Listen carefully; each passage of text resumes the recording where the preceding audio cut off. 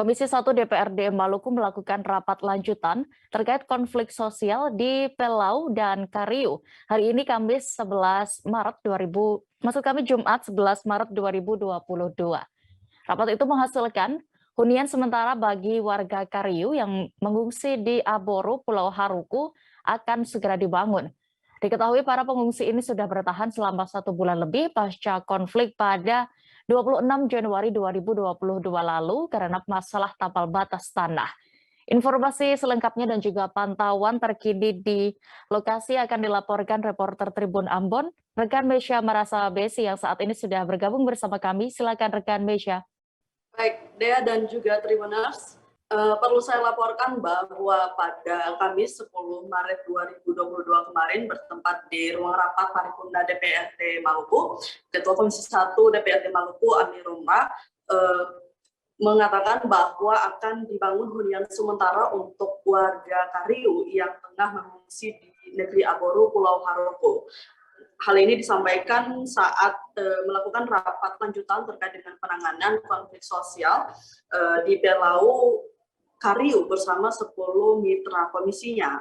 Dalam rapat itu, politisi PKS ini mengatakan bahwa kondisi para pengungsi warga Kariu yang tengah mengungsi di Aboru sangat membutuhkan perhatian dari pemerintah untuk mengurangi beban mereka sebagai pengungsi.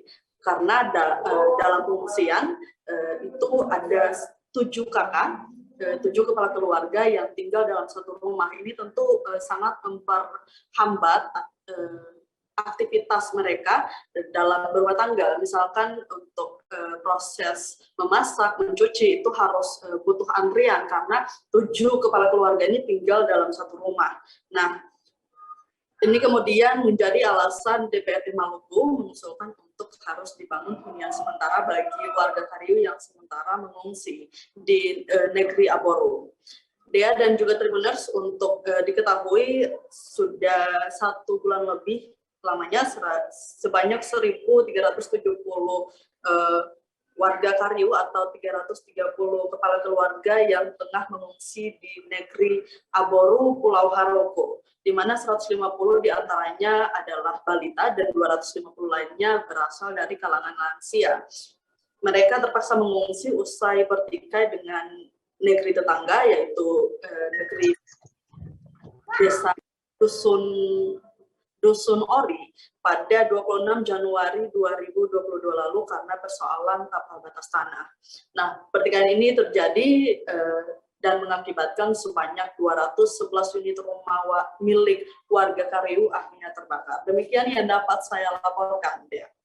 Baik, terima kasih rekan Mesya. Dan berikut Tribuners kami tampilkan keterangan dari Ketua Komisi 1 DPRD Maluku Amir Rumrah selengkapnya.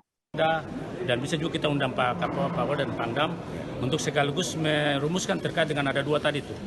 Yang pertama aksi nyata terkait dengan pemulihan pengungsi yang itu perlu kita lakukan. Yang kedua menyangkut dengan aksi nyata terkait dengan persoalan pengembalian. Ini tidak ada, itulah tetap ada langkah majunya terkait dengan persoalan itu, sehingga kita harapkan kalau hari ini kita mengeluarkan 5 miliar untuk menyelesaikan masalah ini, daripada nanti ketika terlambat merespon mengakibatkan bisa menimbulkan anggaran lebih besar daripada itu lagi. Itu yang menarik, itu yang bagian jadi catatan yang disampaikan oleh Pak Kapolda untuk kami mudah-mudahan teruskan sehingga kita diskusikan. Dan tadi mungkin Bapak wartawan mendengar langsung, mudah-mudahan jangan sampai tenda-tenda yang lama diberikan kepada masyarakat pengungsi di bawah.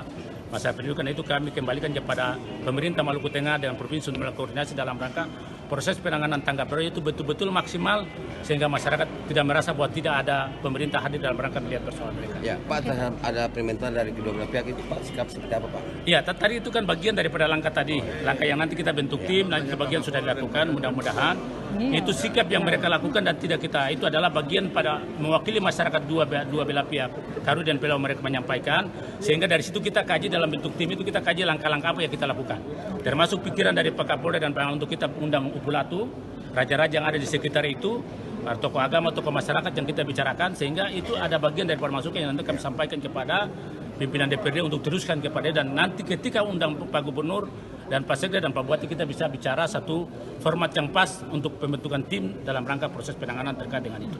Terima kasih sudah nonton, jangan lupa like, subscribe, dan share ya.